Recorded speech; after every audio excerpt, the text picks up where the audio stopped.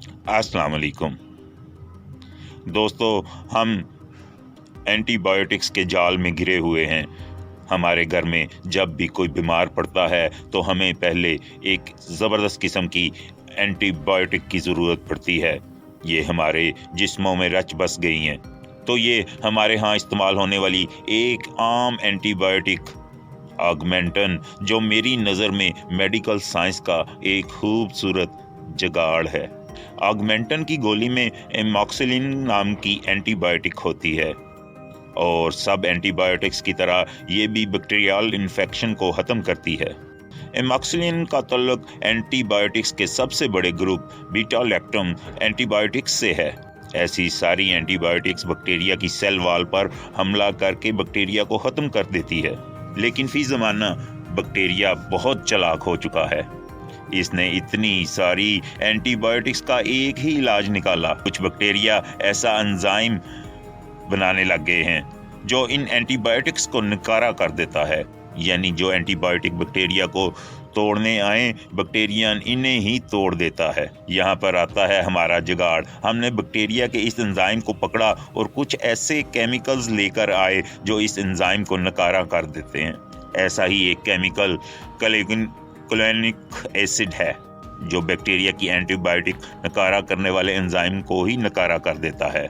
तो हमने अपनी एमॉक्सिलिन को क्लोनिक एसिड के साथ मिला दिया और यूं बन गई हमारी ऑगमेंटन। यानी पहले हमने बैक्टीरिया को ख़त्म करने के लिए एंटीबायोटिक बनाई, तो बैक्टीरिया ने इसके जवाब में एंजाइम बना लिया, तो हमने इसका बंदोबस्त भी कर लिया। इस तरह हमारे पास मुख्तलिफ एंटीबायोटिक्स और केमिकल्स की जोड़ियाँ और दो मुख्तलिफ एंटीबायोटिक्स की कम्बिनेशन मौजूद हैं।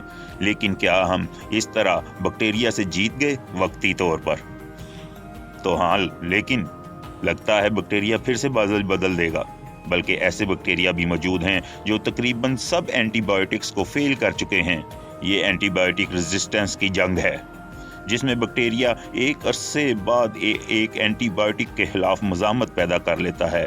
वैसे तो ये काम इर्तिकाई असूलों के मुताबिक होता है, लेकिन हम इंसानों की तरफ से एंटीबायोटिक्स का बिला ज़रूरत और गलत इस्तेमाल इस अमल को शदीद कर देता है, जिसमें हमारा और हमारी आने वाली नस्लों का नुकसान होता है।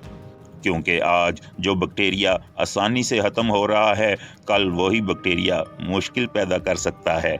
हमारे पाकिस्तान में सरकारी रिपोर्ट्स बताती हैं कि किस तरह इंसानों और जानवरों में एंटीबायोटिक्स का बेदरग इस्तेमाल हो रहा है, जो बहुत ख़तरनाक है। खुद मैं भी इस गलत काम का निशाना बन चुका हूँ। 11 साल की उम्र में मेरी टांग के पट्टों में अंदरूनी चोट लगी और अब मैं जानता हूँ कि इस वक्त मुझे एंटीबायोटिक्स की ज़रूरत नहीं थी, लेकिन मेरे इलाज करने वाले डॉक्टर साहब ने मुझे महीने के लिए यही ऑगमेंटन लिख दी। हर साल ये हफ्ता 24-18 नवंबर आलमी अदारा सेहत की तरफ से एंटीबायोटिक्स और एंटीबायोटिक्स रेजिस्टेंस की आगाही के तौर पर मनाया जाता है। तो आप भी देखें कहीं आप गैर ज़रूरी और गलत तरीके से एंटीबायोटिक्स का इस्तेमाल तो नहीं कर रहे। शुक्रिया।